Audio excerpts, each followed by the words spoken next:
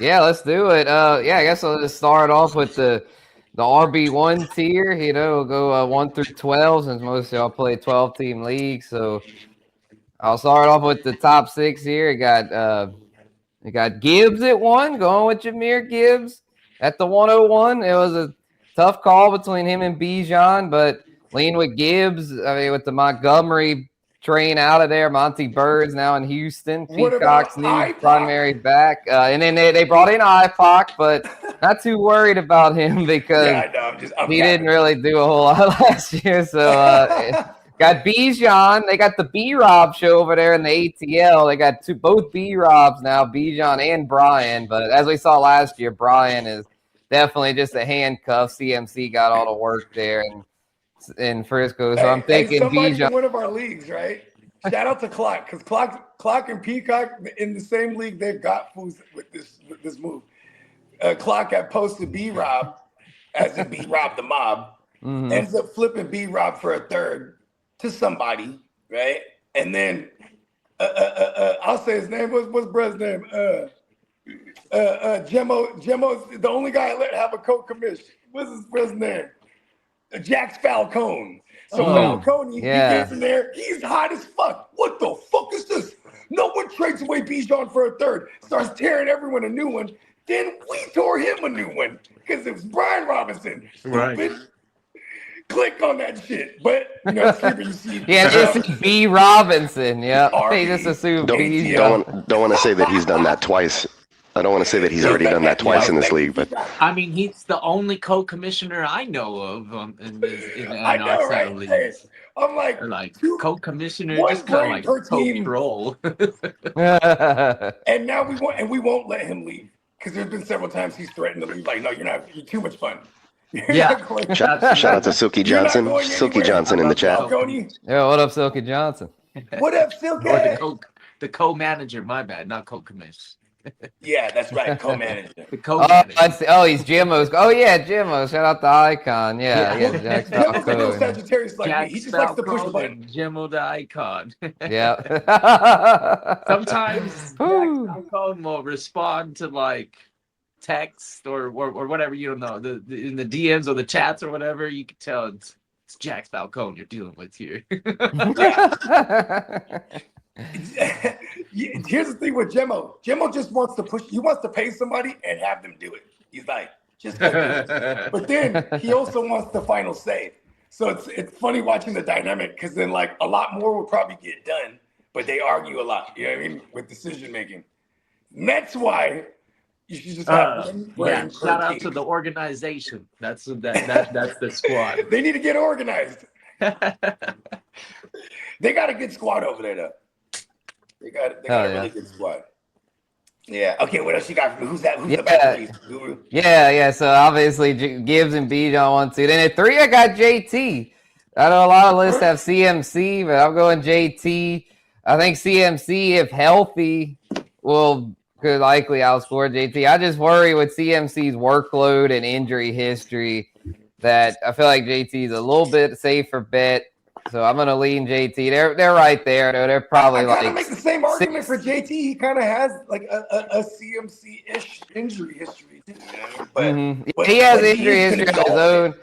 He is a little bit younger. Yeah, they're both going to get all of it. So they're right neck and neck, 3-4. He can. I mean, they're both. They're kind of like the Gibbs Bijan thing. Yeah. And then after that is where it starts to get interesting, I feel like. Because at 5, I feel like there's a lot of differing opinions. I have A-Chain at 5, followed by James Cook at 6 and Ashton Genty at 7. I'm leaning A-Chain over Cook because I feel like, for one, he's going to get all of it, and he's more of a receiving threat. I was going to say the receiving game's probably going to give him the massive floor that we're looking for, especially the negative game scripts. There's probably going to be a fuck ton of negative game scripts. But even with the stackery of the boxes, do you worry about that at all for A-Chan on the ground? I do, but I think he'll get enough volume with the negative game script or a positive game script. Probably be more negative game script. I think either way, he's fine. Even if the team sucks. Exactly. I think he's game script proof, which is why I have him as a top 5 running back. So And then James Cook there at 6, I feel like it's a very safe bet, in that offense, even though Josh Allen's a goal line guy. James Cook, I believe, had 12 rushing tugs last year. So even with Allen getting double-digit rushing tugs, Cook eats as well near the goal line. So I think he's a safe bet to finish around that mid RB1 range. They definitely, I think, is that 2 seasons in a row that he had double-digit tugs, like total? I think it is. He definitely had his breakout was the year before. I didn't know if he had the tugs that year because I remember it was going in I think 2024, there was a big debate surrounding him where some people thought he was going to break out, and then other people, because 23 was 2024, he had 18 total. Last year, he had 14 total. So, he's been over double digits and then 24 the last 2 years. Right, 24 was his big fantasy breakout because he not only had the yardage in 24, he had the tugs to go with it. And then last year, he upped the yardage total even more. And while the tugs dropped a little bit, they were still at a high enough level to where I feel like, this dude's at least a mid-range RB1, has that solid floor. Yeah, he played 17 games last year, 16 the year before. Yeah, and in that offense, I mean, as long as Josh Allen's healthy, that offense is going to move the ball. Good for Cook because it opens up so many lanes for him, especially down there in the red. Exactly. So I'm leaning to 18. And the passing offense should be a whole lot better this year as well. Yeah, because you got Joe Brady.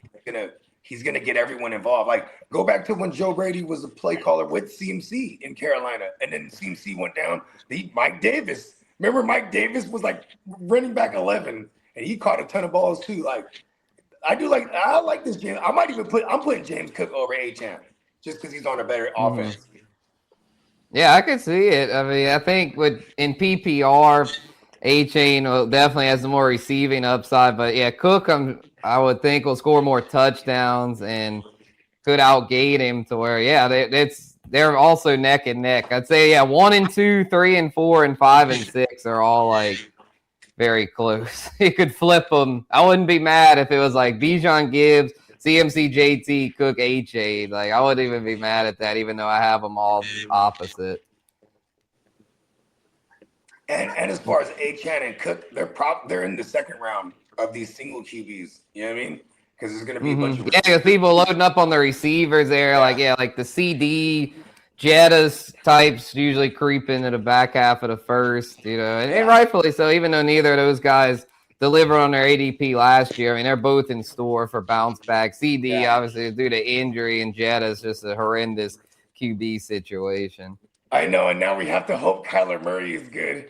No, he's not, though. That's a problem. He's got to be better than McCarthy. I don't know about that. That might not be a true story. Oof. So, we'll get into that. The receiver I fucking rankings. hate that. That motherfucker is not a good quarterback. I made the mistake of drafting that fool one time in the last 7 years, and it was last season. Thinking he's gonna bounce back. Everybody oh no, killed me. A few years ago, I don't even know if the guy wants to play football. Are you kidding me? Fuck that. The best case I can make for Kyler is Kevin O'Connell, bro. Yeah, let's say Kevin O'Connell, and his career is on life support. It's like if he doesn't do it this year, he might be out of football. So, and then Kevin O'Connell can come to the Niners as an OC. Let's go. Yeah, if they end up a total disaster in Minnesota, then Jettas, they might do a full rebuild, trade Jettas, and get what they can for him. But to finish the rest of the top 12, I got a Genty at 7. I'm thinking Genty will take a step forward as a sophomore with better supporting cast around him. I definitely think Fernando will be a big help, and it might even be Kirk Cousins to start the year, to where I think either way he'll be in a better situation than he was last year. The O-line should be a little better. I know that was an issue last year, but he's such a special talent to where I'm thinking Genty in the early mid-second round's a nice value. I know last year he was getting grabbed at the single QBs at the end of the first, and I'm glad I stayed away because he didn't really live up to that value. But he I'm wasn't in on really JT this year. bust. I'm I with mean, you. he put up solid numbers. It was just the price people were paying for him made You know him what? not We're the in leagues best with Bakes. He's value. gonna get him early. Yeah, Raider fan. Yeah, We're shout not out gonna to get. Bakes. Yeah. He actually, you know what? He curved Gentile in a lot of instances last year too. Like Bakes is actually a sharp. Yeah, fantasy guy. yeah. I wouldn't expect him to get too overdrafted this year because I feel like now we know that if the situation's not that great, it could affect him. But the reason I'm more Far too optimistic is many because Raider fans in all my leagues. the situation is it appears better and should definitely be better than last year. I mean, they were the worst team in the NFL last year. It can't be any worse. So, and he was still like a low end RB1. And they got Gary Kubiak, who's called plays for the actual best team last year overall. Yeah, exactly. Yeah, Clint Kubiak with the Seahawks. So yeah, and look at their running game, especially down the stretch, man, with Ken Walker. I mean, that shit went yay. So yeah, I mean, if things fall right, Genty could easily be a top 5 running back this year. So I have him just outside there at 7. And number 8, this is where things get interesting for me. I was torn on who to put here at 8. I'll do 8 and 9 together because I feel like they're very close, but since it's PPR, I'm going to go ahead and put Chase Brown at number 8, followed by the King Henry at number 9. I feel like these two are very, very close. It was tough. I wanted to go with the King, being that I believe he's finished top 8 for like the past 5-6 years or so. Other than that year he got hurt. He's just, I mean, even though he's over 30, he's so consistent. He's basically a lock for 15 plus touchdowns. I mean, that's just unbelievable what he's been able to do at his age. But I like Chase Brown a lot this year, especially if Joe Burrow can stay out there. I know the Bengals usually have O-line issues, but Chase Brown gets so much volume. I mean, he's become a true workhorse over there. Had a great second half. He started off kind of slow last year. Man, the second half last year, and Burrow came back. He looked really special. Like, he was a freaking fantasy beast like down the stretch last year to where I think he's going to for sure be an RB1. And the King Henry, man, you got to give him his respect. You know, every year people want to write him off and say, oh, he's going to fall off big this year. He's not an RB1, but he's shown that he can still do it. So until he shows signs of decline, I'm not going to disrespect the King. I think the King will once again be a steady RB1 despite his lack of pass catching upside. Tractorcito. He's in my top 5. And top 5. Wow. Okay. Yeah. Even in PPR? I have Jainty in the top 5. I got Henry in the top 5. And then one person that's not on your list that I do have up there too is Breece Hall. I think he's just gonna get so much work. You can't ignore it. And I'm not really afraid of the other dude, Allen. Braylon Allen's gonna get touches, but if we're actually improving as an offense, Breece Hall is going to be the focal point. It's just going to be it. Like we're dealing with Geno Smith and a lot of receiving options, but the second option is going to be oftentimes that dump off. Breece Hall is going to get a lot of fucking catches again. I can't wait. There was that one season where he had like the 84 targets and 70-something catches. That's the type of PPR action that I'm banking on out of Breece Hall this season. For sure. That's music to my ears, kid. I got him in my keeper league, so I hope you're right on that. I actually got him and King Henry in that league. Those are it's a 6-keeper league, and I got those two along with a gang of receivers. I got CD, Puka, and Drizzy Drake London. I'm loaded over there. My drafting style is wide receiver heavy, and these running backs aren't often on my squads for redraft. However, I have to respect like the projections of some of these squads. Like Derrick Henry is, goddamn, like he's so consistent. That's why he earns that top 5 spot for me. And then Jainty, sophomore season running backs are like hits. fucking Yeah, smashed it. Genty, I think, could have a huge season. And then CMC, man, he got a lot of work coming off of that injury. So I'm kind of scared. So much work. And then you got to respect Gibbs and Bijan, though. Them two are like clear two top favorites to be the 101. Mm-hmm. Yeah, I see. So your top 5 then would be, Gibbs, Bijan, Genty, Henry, and Brees. No, I still value Cook. Okay, Cook would be top 5 over Brees. Oh, Brees would be an RB1 for you, is what you were saying. Yeah, got it. Okay, I was like, whoa, Brees top 5, but okay, RB1. That's a little more, a little less spicy, but more Brees realistic. Is so like competitively, like I think the outcome that you're gonna get out of a PPR format, anyways, is like that floor. He's the focal point. Geno Smith is gonna throw the ball to Brees Hall a lot, and that's where I'm getting these points in my mind. Mm-hmm.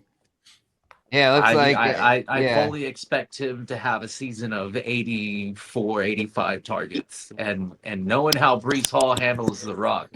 He's pretty dependable. He don't drop those passes. As long as Geno gets it in the area, Brees Hall usually snags it and will move forward. He doesn't want to go backward. Yeah, he's a solid back. If Bakes was saying like that, he feel like Linderbaum, Tyler Linderbaum, who now is going now with the Raiders, one of their big addition to beef up their O-line. He's wondering if losing him will affect King Henry. I mean, I feel like King Henry's just such a safe bet to where even if the O-line's not quite as good, I gotta give the King his respect. It goes back to your same argument with a James Cook. The fact that James Cook got a stallion in the, you know what I mean, as a signal caller. You know, Henry's got Lamar. Just a galloping, and then this guy has Lamar. You know what I mean? So like, you know, I think we've seen that even last year without Lamar, because he missed a handful of games. And both technically, on paper, we're expecting both of those quarterbacks to have a little bit better receivers to throw to. So I don't know. Technically, you can always use that as an argument against these running backs, but I'm telling you, Cook and Henry should be on everybody's radar as I guess your RB1. I don't know. To me, Henry is the easy buy because the price point. People are just always passing up on. You're always scared of the age. I'm not. I'll take them all day. Pause on all that. Good pause. Drafting business. Although my style this season, I have to stick to it. I've been saying it, and I swear I'm gonna stick to it. If I can fire off 5 wide receivers in the first 5 rounds, I'm doing it. I'm gonna do it. You better beat me to it. You get those receivers, man. Yeah, because then you can get the later running backs like the Tutons, the Tony Pastas, those ones that could Money Gang, DeAndre Swift, but while everybody's grabbing their running backs and quarterbacks, I'm just gonna be focused on best wide receiver on the board. For sure. Yeah, let's I gotta to finish all the top 12 here. This will be music to Lee's ears. Omari and Hampton at number 10. I think Omar Hampton's gonna have a big year. Big sophomore year. Kitteh was just saying about sophomore running backs having big years. So I think he'll do well this year, assuming he can stay out there.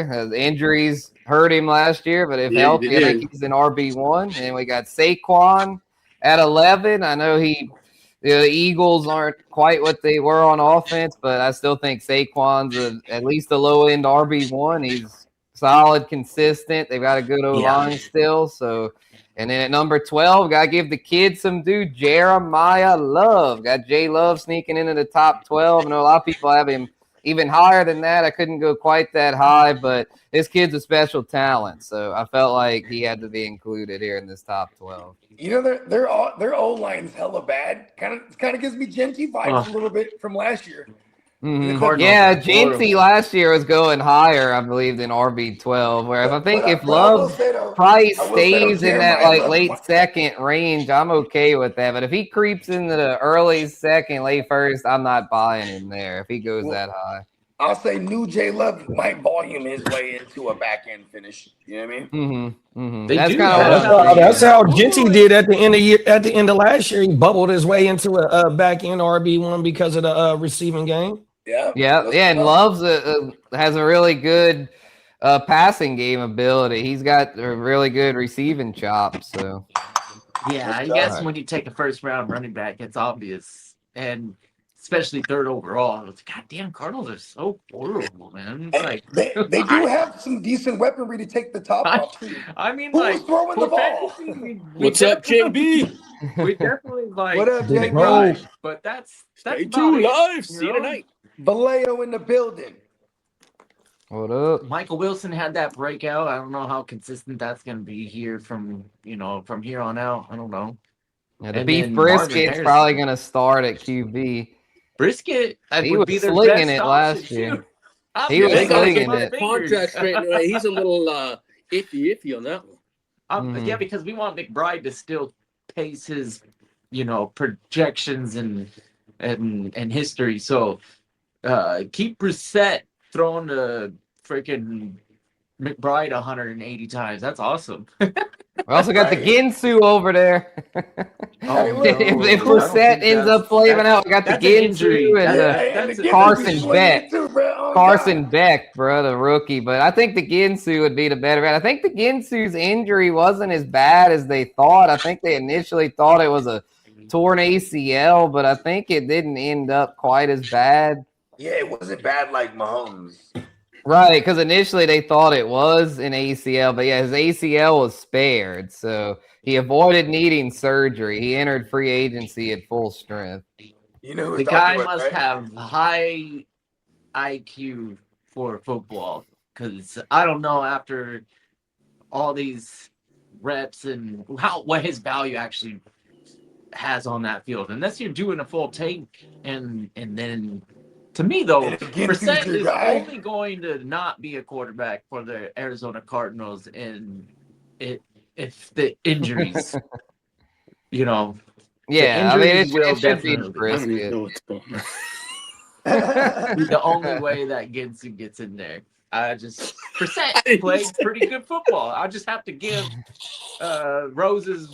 Brissett his roses, I guess, for fantasy. He didn't do terrible for our QB3 and emergency starts and whatever. McBride, he still gave you the production. See, that's what I'm mostly, worrying about. I don't know if Ginsu's gonna fucking carry McBride the way that Brissett can. Well, I think Brissett should be in there. I mean, I would think they'll work out the contract this week. I mean, this is a big opportunity for him. This is a big opportunity. Yeah, we broke down this. We broke down the the pay situation in Arizona. Ginsu only getting $5 million, Brissett only getting $5 million, and Carson Beck, his deal is 3 years worth of total of $5 million or some shit like that. Exactly. So Brissett only need another $1 or $2 million, and he gonna be happy. Yeah, I think they'll work that out. I don't think that's that. I want 11 million total, guaranteed. Come on now. Shout out to Jacoby Brissett. Yeah, and it's still very early in the process to where he might miss a few more weeks or something. Is he's sitting out right now? Like, he's sitting out until his contract is readjusted. Yeah, but once anything mandatory, then they start to get fined. Yeah, it's like then at that point, it's like he'd probably be better to just report if he starts getting fined. Right. Yeah, I think it'll work itself out. So, and as far as Love, I mean, I think he's such a special talent to where regardless of if the O-line's bad, the QB situation sucks. I mean, look at Jinty last year. The Raiders were like the worst team, and he's still, as JD said, at a back-end RB1 finish. And it was actually, when you look at his second half production, he started to actually fire on some cylinders, and the team started to commit to, okay, this guy's a workhorse back. They also they lost both their bookends And He touched the ball a lot. Yeah. At the end of the season. Yeah, I think J Love will do the same. But that's still they're going to try to find a trade partner for James Conner since they signed a Tyler Algier. So I just don't really see there being much of a role for James Conner over there. Where some running back needy team, someone has a running back get injured in camp, I would think will be interested in flipping like a 4th or a 5th round pick for a James Conner. Or he just doesn't make the team if they can't move him because he's only getting like $1 million or something like that. Yeah, I could see him potentially moving on from him because they just got too much over there. I mean, there's just not enough to go around. Because I mean, when they drafted Jeremiah Love, I mean that basically sealed Connor's fate as far as like if he's on that roster, like he's not gonna have any fantasy value. But I still think he might have something left in the tank to where hopefully he could find a home somewhere. Because they also have Trey Benson still. I forgot about Trey Benson. He's another one that one of those two will not be on that roster come week 1. Either Connor or Benson. One of those two is gone. ETN, that's way too many running backs. They got like 4 over there. I always forget the new pronunciation. That's a good one, Albert. I have him as an RB2, so I guess we can move on to that. And shout out to the ticker down there. Got the rankings. Appreciate y'all for holding that down. Producer P, appreciate you, man. So that's the top 12, y'all. Feel pretty good about it. Feel like it might change a little bit between now and week 1, but probably not too much. So let's get into the more interesting part, which is RB2 and beyond. So at number 13, high-end RB1's got a Javonte Williams. And at number 14, got Ken Walker going to KC, new home. I think he's going to do pretty well over there. Workhorse. Could end up even better. Lee saying, oh, yeah, Chiefs. Yeah, that's your rival. Yeah, that's your rival. Okay. I was like, why are you saying, I think it's a good situation for fantasy. It's a great situation for fantasy, though. So, and then, Brees, Kid had mentioned Brees earlier. I got Brees coming in at a cool 15.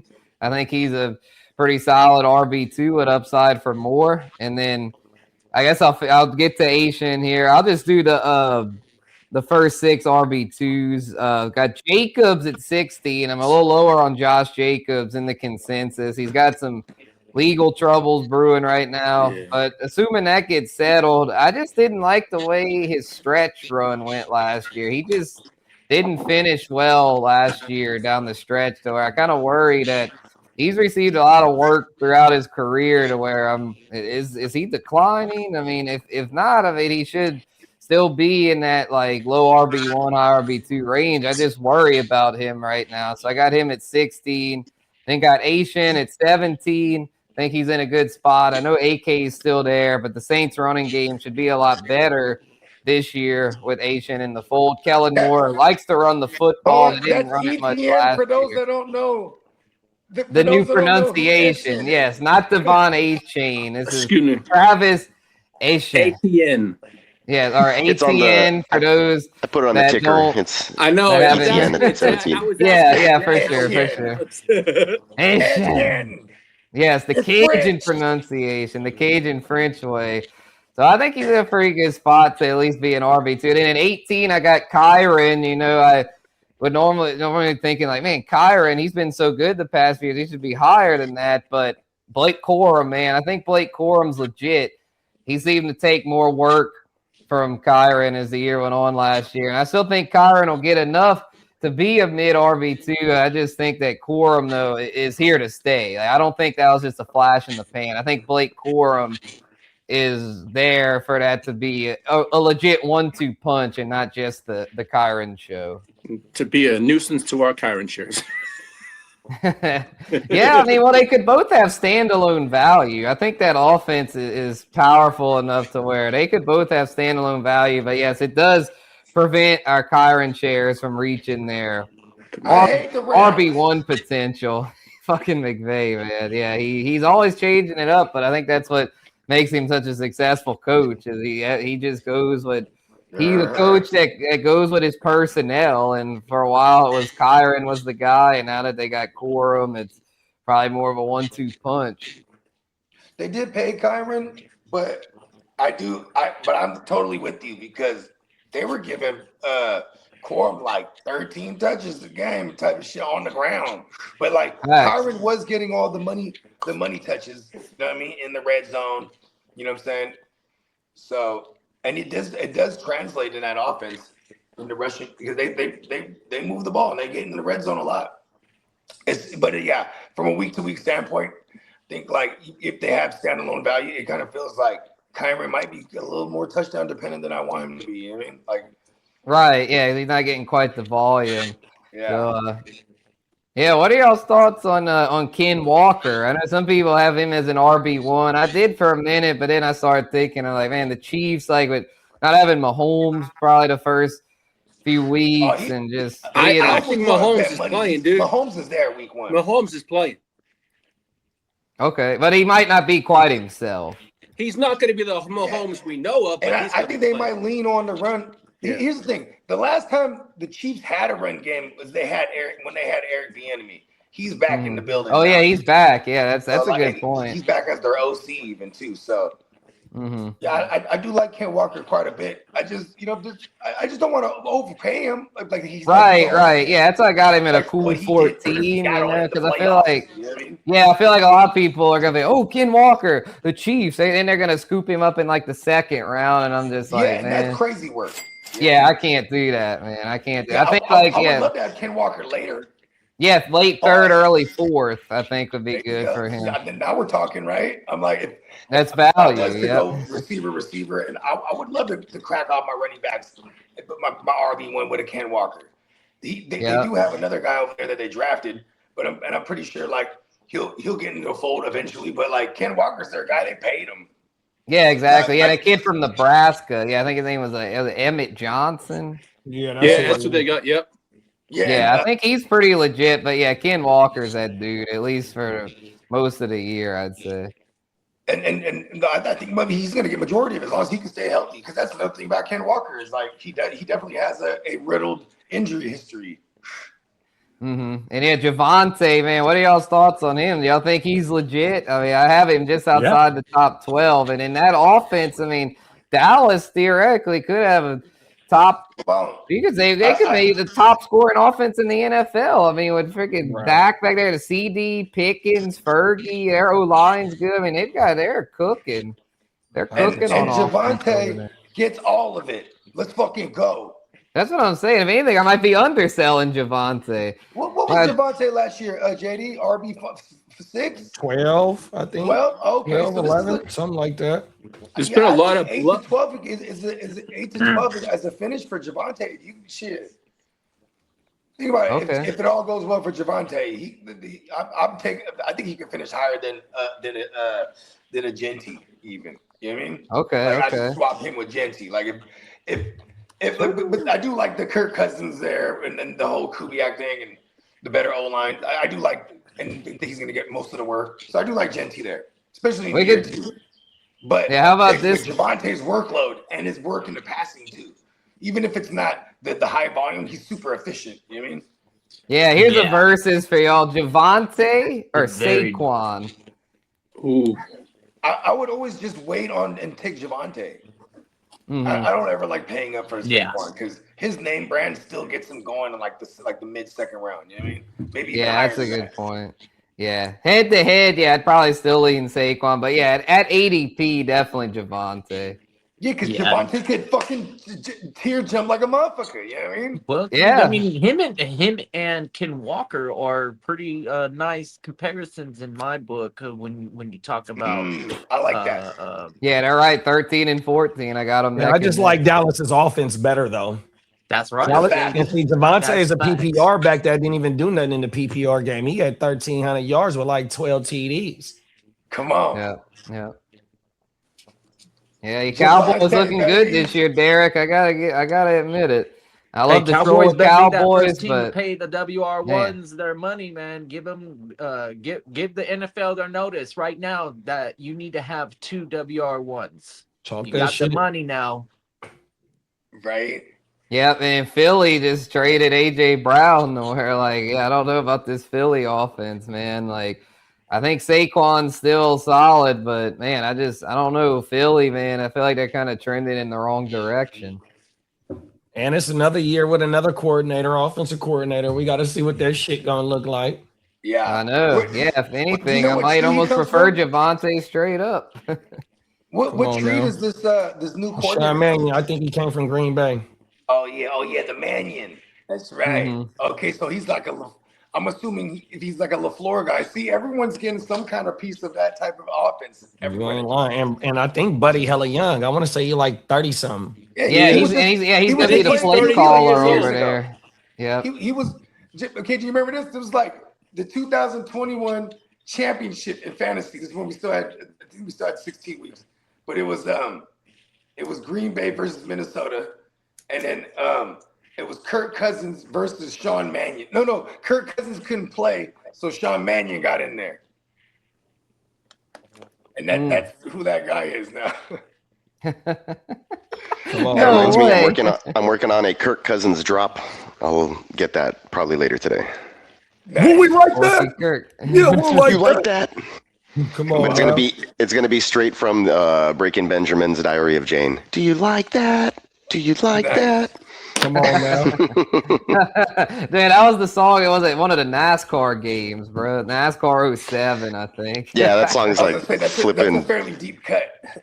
That's a 20-year-old song already. Damn. Anyway. I know, man. It makes me feel old. Yeah, I was a little kid when that shit was slapping, and now that makes me feel really old, little bro. That makes me feel really old. Yeah, I was like cruising around in high school, I think. Anyway. Oh goodness. If it was 07, yeah, I definitely. I just had my. Oh, the Matrix got him. Yeah, I was Matrix. Damn. I was definitely, I think, at college or something already. I wasn't in high school, but anyway, good cut. I think Kirk Cousins was saying that he might have been influenced by that song. Oh yeah, you like that? You like that? It's a good one. Well, let's see if y'all like the rest of this RB2 tier. At number 19, we got Bucky Irving. I think Buck. I think he'll bounce back some. I don't know if he'll quite get back to the level he was. When was that? 2024, I believe, when he broke out and was looking like an RB1. But I think he'll bounce back enough to be a solid RB2. Then number 20 got one of my favorite breakout candidates, Travion Henderson. I know he's in the timeshare with Stevenson, but I think Henderson's the real deal. He showed a lot of explosiveness last year and should take another step forward this year. And at 21, got another sophomore back, Quinshon Judkins. I know he's coming off an injury, and the offense has a lot of question marks, but he was a workhorse last year. He got all of it. He got all the work. So I think he's pretty solid there in that mid to low RB2 range. He out a few games, too. Mm-hmm. Yeah, he missed a few early because of the. He came in balling like he was. Yeah, he was a there. Workhorse, man. Yeah, he was getting all the work. So I might be underselling him a little bit. And then we got Swift at 22.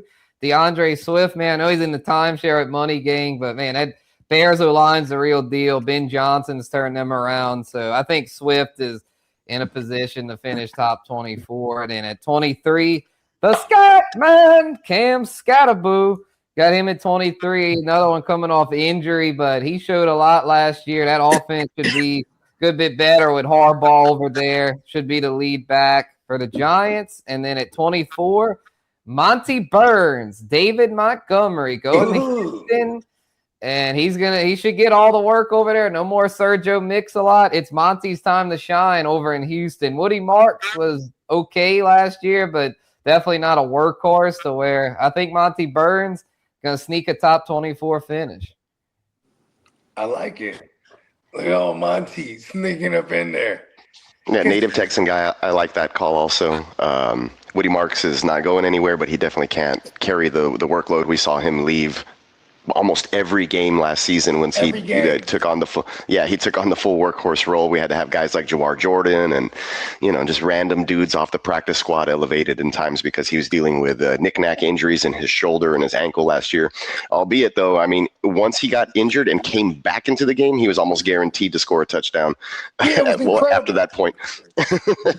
But definitely got two. He's not built like Monty. I do like him being the 3-down kind of back, and then them kind of scooting Woody out into situations where they motion him out of the backfield and line him up as a slot receiver and kind of take advantage of mismatches there. I like that. I like Monty sneaking in and still getting some passing work there for Houston on third downs as well.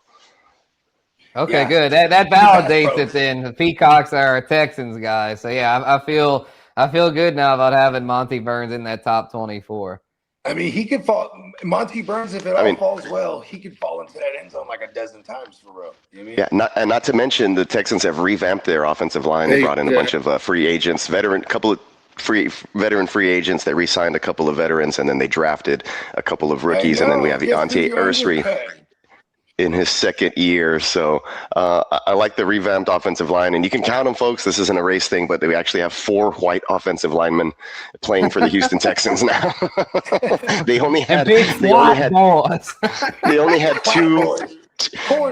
two of those guys, I think, like total in the last 4 years or so. A big swing, a big change up on the offensive line should kind of open things up. Second year of CJ Stroud taking command of that offense as well. And we do know that the Texans wanted to lean on the run game last year and could not. So it's going to be, I think people are going to be surprised with how much work the run game gets this year.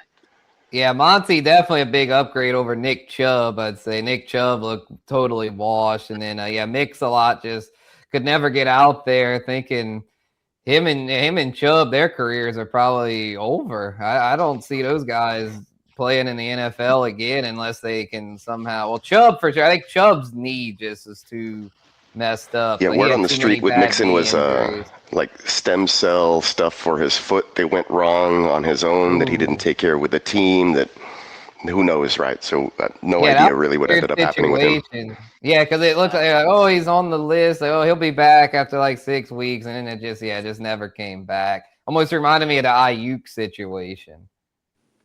Yeah, only the thing with Joe Mixon is like he might not even get cleared to play football ever again type of shit. That's the thing, yeah. It wouldn't shock me if him and Nick Chubb don't ever step on an NFL field again. But Monty Burns will. And if anything, last year not getting as much work might help him kind of rejuvenate. Like he'll get more work this year. He'll be a little fresher. After last year, kind of taking a back seat to Gibbs.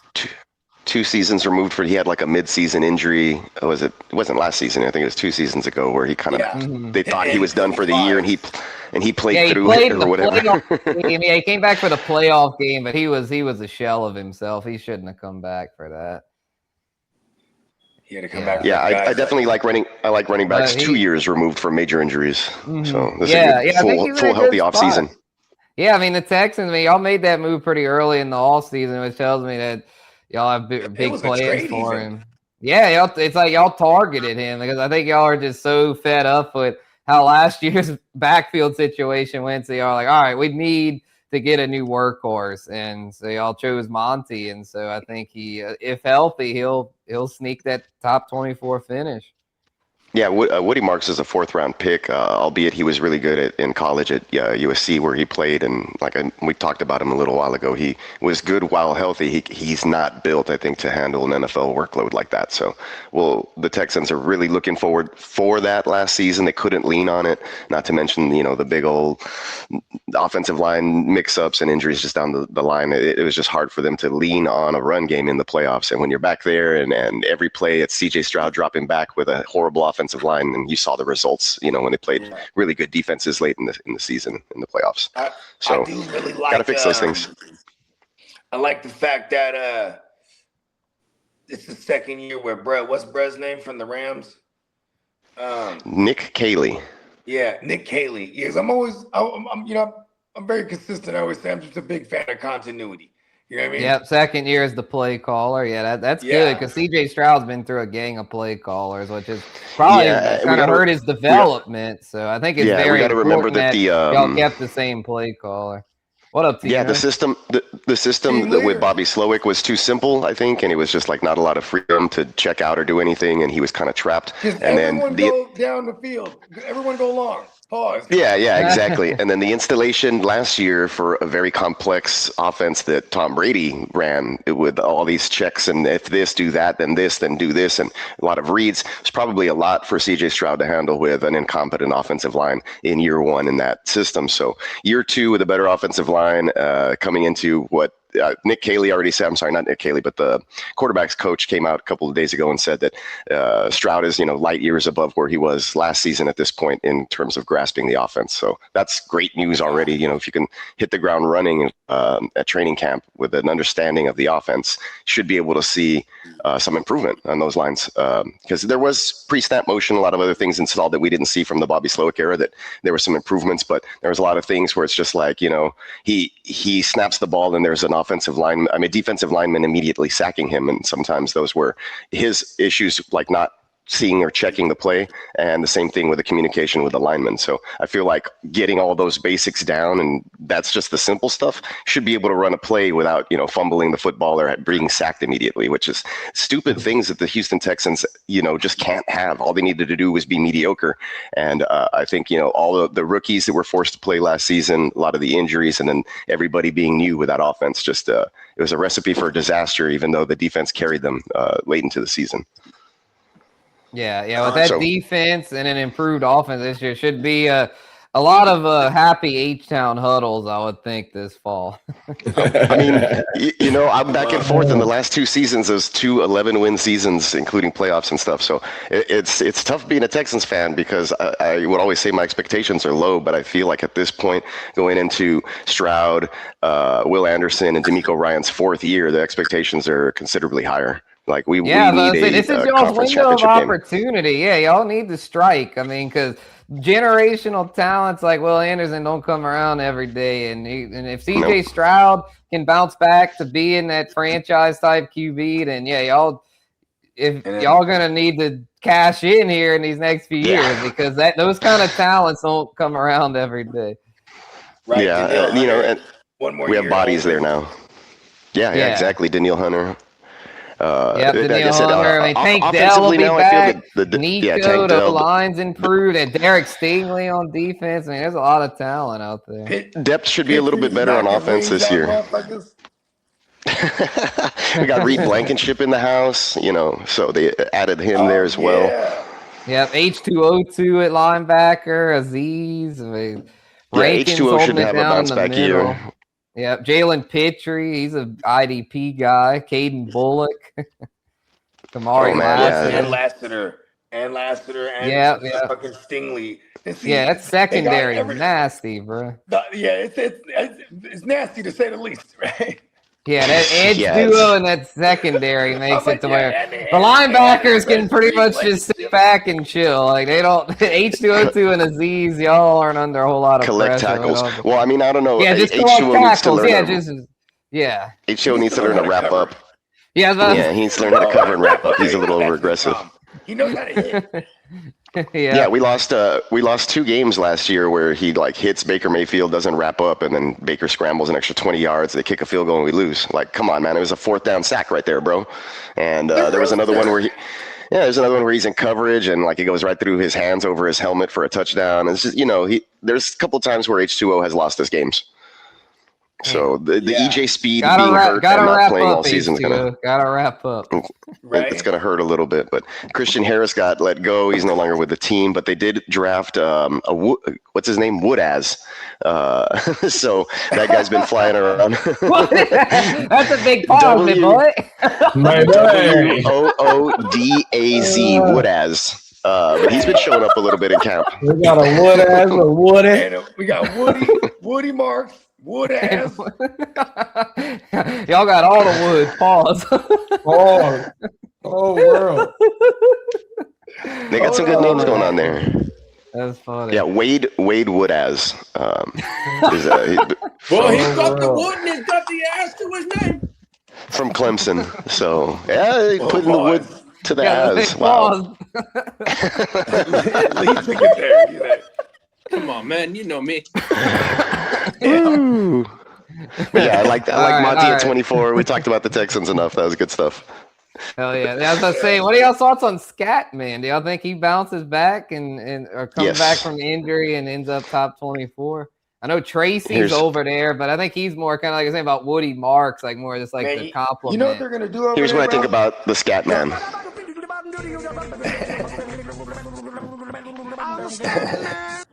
Well, the Giants did say that we're going to lean on the run a lot more this year. Yeah, I was just about to say that because, like, John Harbaugh, he's going to go in there and treat this kid Dart like a rookie. He's going to be like, all right, kid, you're starting over.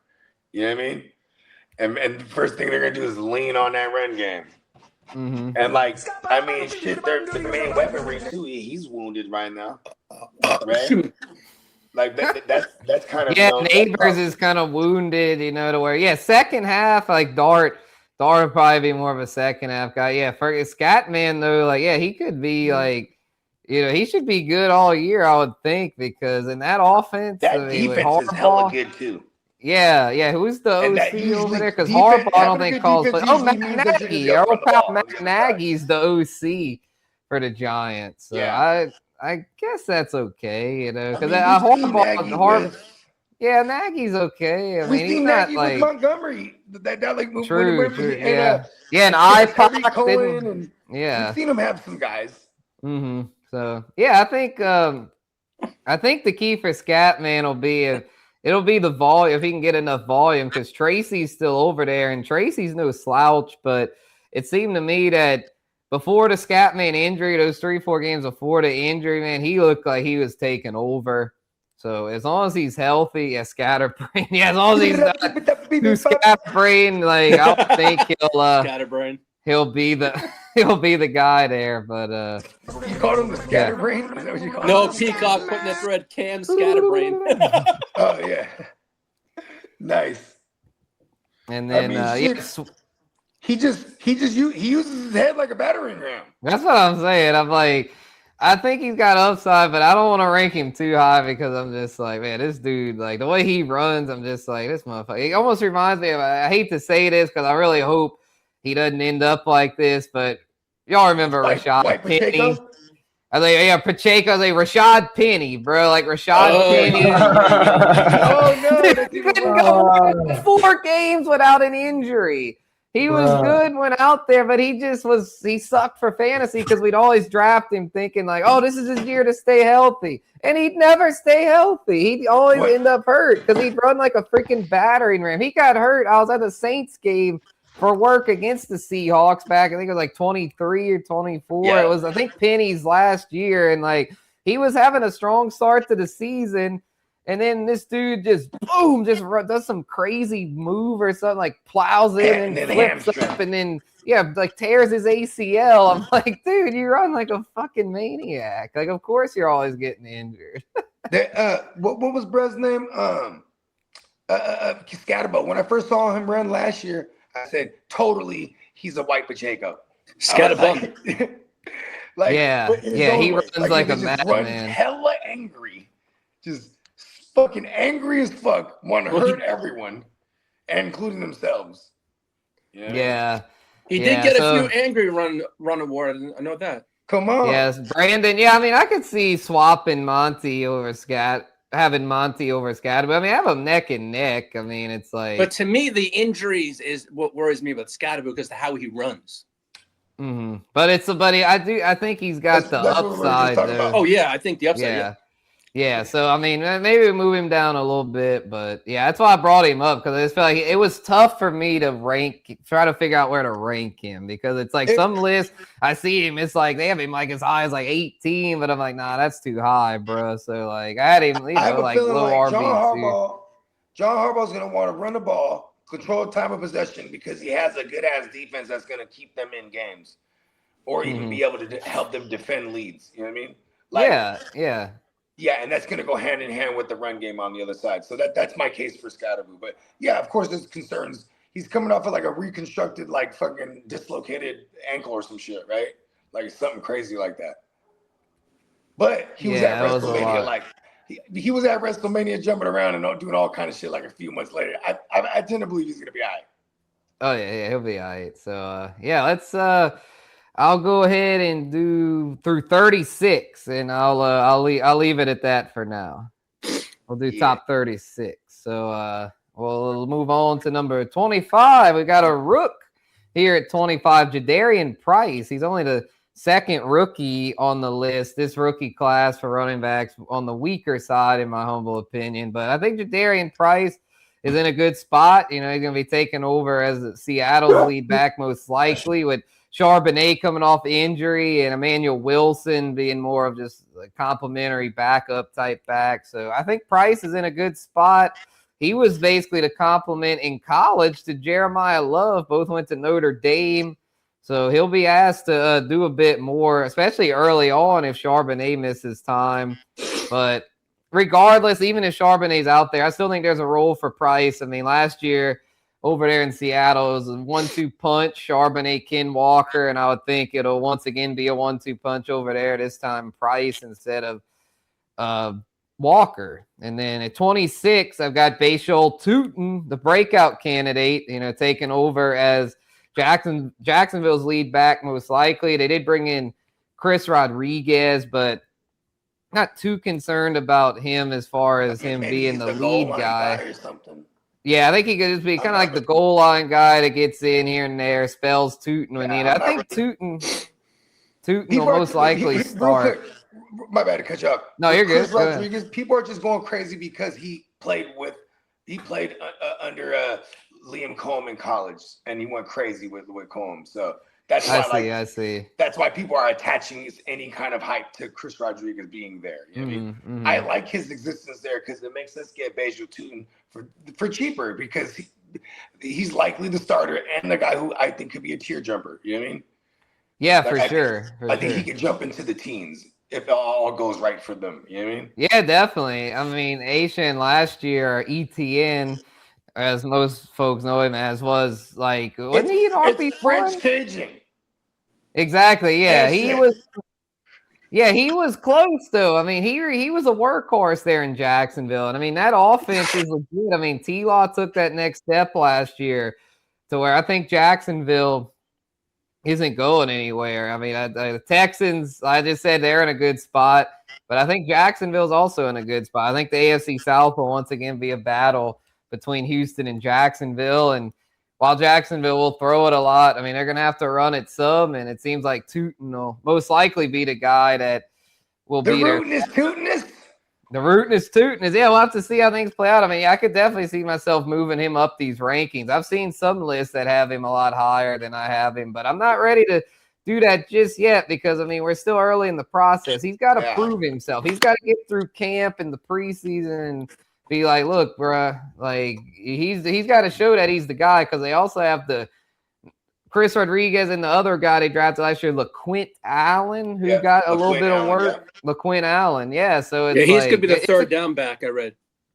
It's a competition over there. Like they're not just gonna hand this backfield over to Tootin. He's gonna have to prove himself, and I think it's possible though, because the rootinest Tootin, he did very well last year near the goal line. I believe he had like 6 or 7 tugs last year to where they might not even really need Chris Rodriguez all that much. They may have just brought in Chris Rodriguez more as just like an insurance policy more so than a guy that, all right, we're doing this like a 50-50 split. More just, it could just be a thing that they like we got this Tootin kid, but if he doesn't pan out like we're hoping, well, at least we have Chris Rodriguez. But if this Tootin kid does pan out like we're hoping, then, well, sorry, Chris Rodriguez. You know what is crazy is I think one thing that Liam Combs is going to start exploiting more, because he did this with Baker, and we saw it like flashes of it all over the place last year, is like he does get Lawrence using his legs too.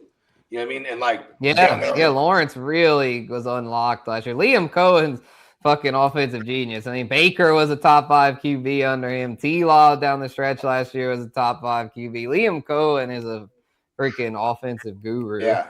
And once again, I don't mind being a broken record with some things that I really stand on. I love the continuity. You know what I mean? It's a year or two.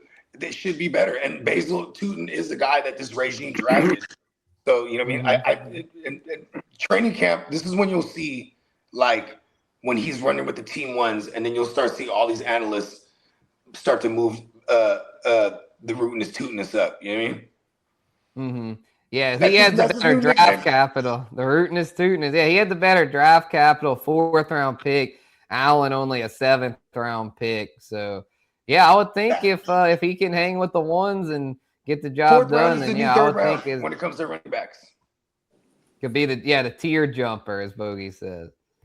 Yeah. So, and in reality NFL drafts, 4th round running backs, that's like the new 3rd round. You know what I mean? Mm-hmm. Yeah, exactly. Yeah, running backs not tending to go as high. So, all right, 27, we got Tony Pasta. Forget about it. We got him here, 27. You know, he's just solid. He had the Thou Wow last year on the ground, 1,000 yards. Should be a better offensive situation there in Tennessee. Tajay Spears still over there. The Caps Pollard's receiving upside, but as a runner, I mean, he's solid. I mean, he's nothing special, but he gets the job done. Where I think he's a very safe bet as an RB3. Then at 28, we got Rahamador, Ramondre Stevenson. I think he's here to stay. I know Henderson's the hot ticket, the breakout candidate, but Rahamador down the stretch last year was very involved, and he's probably the preferred pass catching option. Where in PPR leagues, he's a solid flex a lot of weeks. I think he's not going anywhere, and that offense should continue to be strong. Added A.J. Brown, Romeo Dobbs there for Drake May. So got Rahamador right up in there in the RB3 range, and got Jalen Warren at 29. Going back and forth between him and Rico Dowdle. I ended up leaning slightly to Warren just because last year, I mean, Warren was a guy that carried a good bit of a workload and caught some passes. I think it's very close with them, but I'm going to lean Warren for now. Then got Chuba Hubbard at 30, looking like he'll start the year off as the guy in Carolina. Could get some Jonathan Brooks later on in the year, I would think, if he can ever get healthy. But Chuba, I mean, he's looking like the starter over there, so got to give him some respect. And in 31, I got Dowdle. It's hard to say with him and Warren, but I'm leaning slightly to Warren because he's been there, you know, continuity. He's been the guy over there in Pittsburgh where Dowdle's going to have to earn his spot. But I think he showed enough these past few years of Dallas and Carolina last year to where he's no slouch. Like Rico Suave is here to stay, I'd say, at least as an RB3. I have him at 31, and at 32, got J.K. Dobbins. I think J.K., he's another one that has a lot of injury history, but I think if healthy, J.K. Dobbins will be the lead guy there in Denver. R.J. Harvey coming off shoulder surgery. I would think he'll be back for week 1, and he's more of a pass-catching guy. But J.K. Dobbins last year before the injury was doing his thing on the ground, and we know how much Sean Payton likes to run the football. Okay. I do have some thoughts here. I probably go ahead. I do like Rico Suave over Warren. And then I think we need to start paying a lot of attention to this kid Coleman, because like JK, he's probably gonna, as long as he's healthy, he's gonna start. But like he'll take a vacation at one point, and like Harvey, he might only got like a specific role that I think that Sean Payton views him as right now, and like this kid Coleman could be the guy who gets some of the early down work. Like if and when JK gets hurt or goes on vacation. Yeah, he was a 4th round pick, and they say 4th round's the new 3rd round. So significant draft capital invested in this Jonah Coleman kid. And he's a big kid, too. 5'9", 228. Woof! That's a big son bitch. Man. Yeah, and he's a do-it-all. It's a fucking bowling ball, bro. Shit. That's what I'm saying. I want to say he's from Stockton as well. Oh, he's from Stockton. Went to Washington. Okay. I want to say he's from Stockton. Stockton, stand up. Yeah, he is, yep. Went to Lincoln High School, it's saying, yeah. He's a West Coast guy through and through. Come on. So, I think he could be in a good spot. So, I might have JK a little too high, but I just think that when he's out there, like he's going to be solid. But we'll see how that one shakes out. This is where it gets tough. I mean, it's RB3 range. It's such a crapshoot with these committee backfields and whatnot. So to finish it off here, the rest of the top 36 got Rachaad White at 33. Have a Commandos backfield guy in there. It's hard to say him and Bill Krosky Merritt, but going to go with White though, since we're talking PPR here. And White, even if he doesn't get the most carries on the team, he's going to get the most receiving work, I would think, in that backfield. So that counts for something. That gives him a floor. So got Rachaad there at 33. Then Blake Corum at 34. Like I said earlier, I think Blake Corum's here to stay. I think he's going to have a standalone role over there, have some standalone fantasy value a lot of weeks. Not a whole lot of PPR upside, though, which caps him. If it wasn't for that, I'd have him probably a little higher. But because he doesn't really catch much, I feel like his upside's kind of capped in PPR. But if a Kyron injury were to happen, then you talk about a tier jumper. Pretty nasty. That's what I'm saying. You talk about a potential tier jumper because, man, if a Kyron injury would happen, man, Blake Corum, as a top 12 running back for sure. That's a and fact. then Aaron Jones at 35.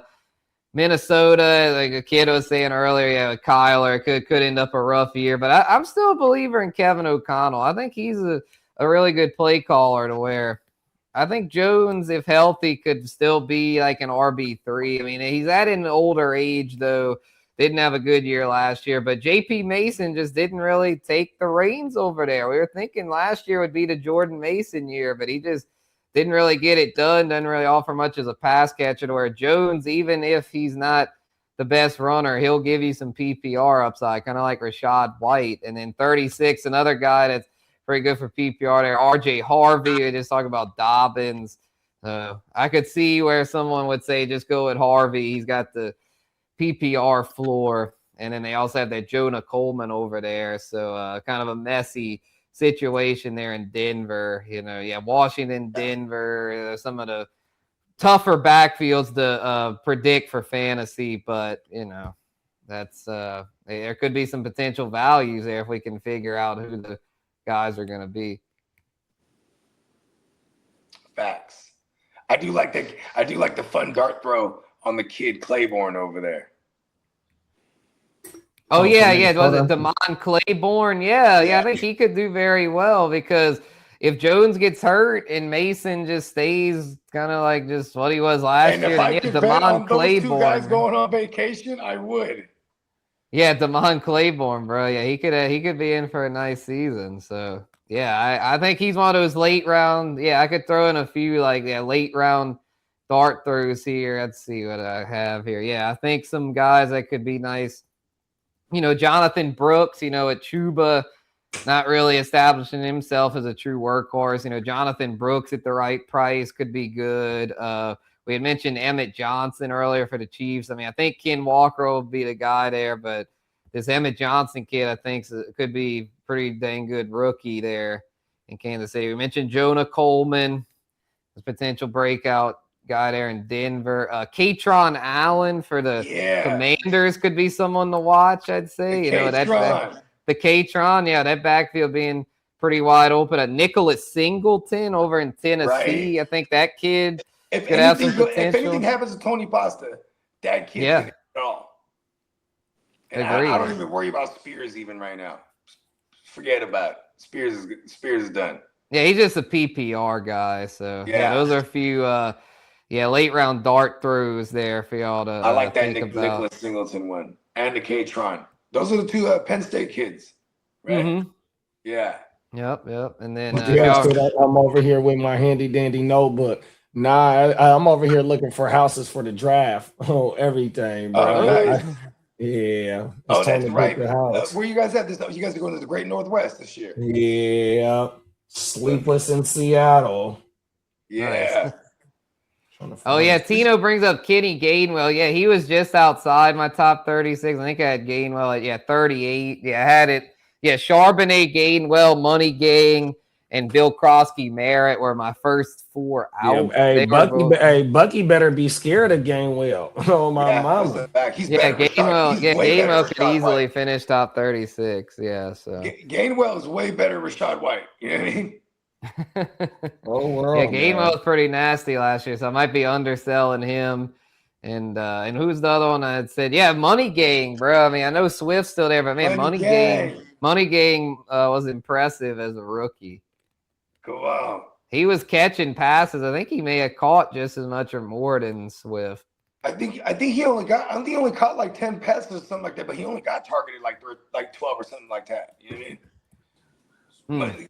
Money Gang wasn't really utilized that much in it, but it was efficient.